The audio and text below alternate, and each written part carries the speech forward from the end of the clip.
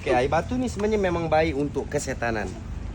Okay. Kecetanan? Tengok. Tim Bos Ijan dia memang kaki air batu lah. Sebab dia orang kata, bos, minum air batu, badan super strong. Dia. Strong.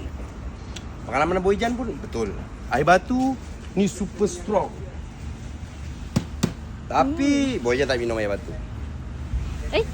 Patutlah tak pernah nampak pakai tepi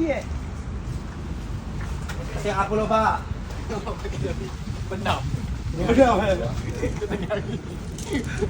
Apa? Oi, ni debet. David.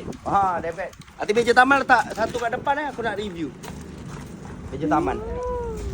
Acik-acik. Patut kuat. Oi, meja taman patut kuat dia orang. Patut Air batu untuk kuat. kesihatanan. Kecetanan.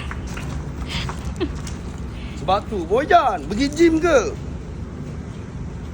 Tak pernah pergi gym, geng. Tak ada workout, tak ada makan suplemen, tak ada apa-apalah makan. Kecuali jamu dengan madu lah. Semua super original. Makanan yang no supplement, no tapi roti.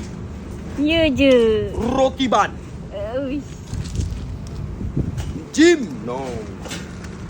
Lagi satu orang kata, Bojan angkat jati boleh. Abang Sado, Bojan memang angkat jati tapi pakai kuasa mulut. Okey, angkat sana. Angkat meja taman tu tak belakang. Tapi sebenarnya kalau macam tu dia lagi kuat dan sado, geng. Tanpa mengeluarkan banyak tenaga. Korang bayangkan korang guna. Itu pun dah boleh buat otot sebenarnya.